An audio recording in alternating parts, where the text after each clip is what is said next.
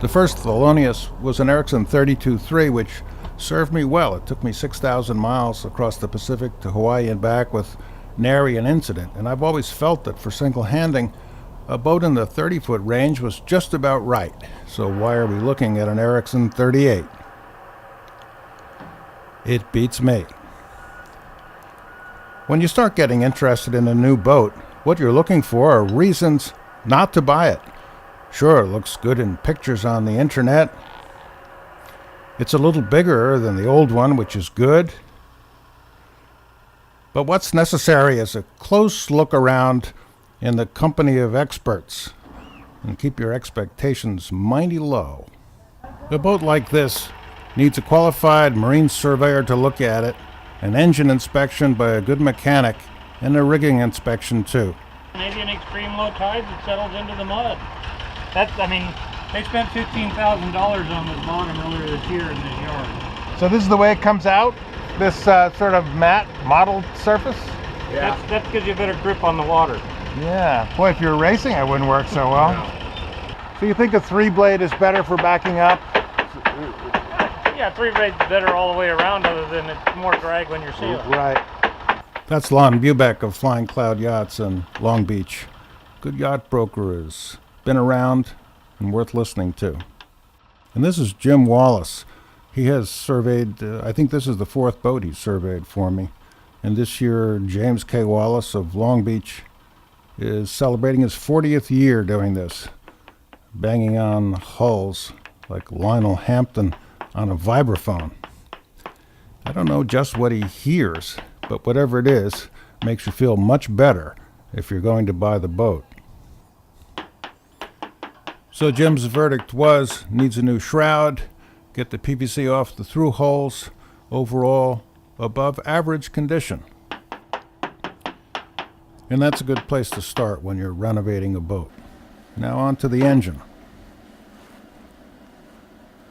So it looks like your preliminary inspection is for leakage, isn't it? Is for leakage, just obvious stuff that has dripped and... Right.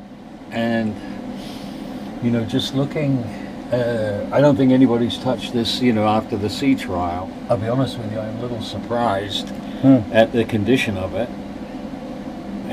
Normally we get on boats like this and it's like, ooh. I mean, the oil's within limits. It's about a half an inch down from the high, but I mean, it's within the limits. And it doesn't matter that it's black, right? Whenever I change the oil, it's black in 10 minutes. It goes black very, very quickly. Yeah. Everything's dry underneath the bilge. Yeah. As I say, the only comment is a little hard to work on. Heaven forbid if you had to do some.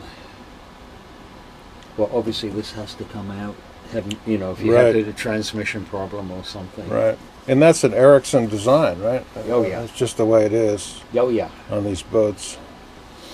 What do you think about this? Maybe you haven't gotten to the alternator yet. I see that they have the regulator. That's the regulator, right? Correct, yeah. In this case, no problem at all that the regulator is mounted inside the engine compartment. And it's hard not to listen to Martin Ball of San Pedro, who at the age of 15 joined an apprenticeship program at Her Majesty's Naval Shipyard in Portsmouth. 300 applied, 15 graduated. Where Jim wants a flame shield on the Raycor. So is that a piece of metal or something that goes it's around? like a bowl shape. Oh, I see. It's just for the plastic lower portion or for the whole thing? It's just almost like a soup bowl. And you put it on it just comes up to here. You got a little electric pump here. Handy for priming. Oh, that's for priming. That's not the lift pump. That's just... Correct. Yeah. You have the little lift pump down here. Right. So in the end, despite my best intentions, I was unable to talk myself out of this 1984 Ericsson 38, even though I spent a good deal of time on my personal psychiatric couch saying, why are you doing this? Sure, the boat needs new sails, new electronics, all the hatches are crazed, but I can do all that with my own hands. It probably won't take very long or cost very much.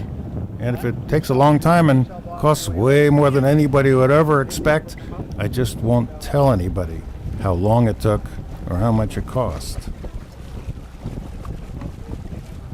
Never look back, that's just where we've been. It's the horizon. That's where we're going.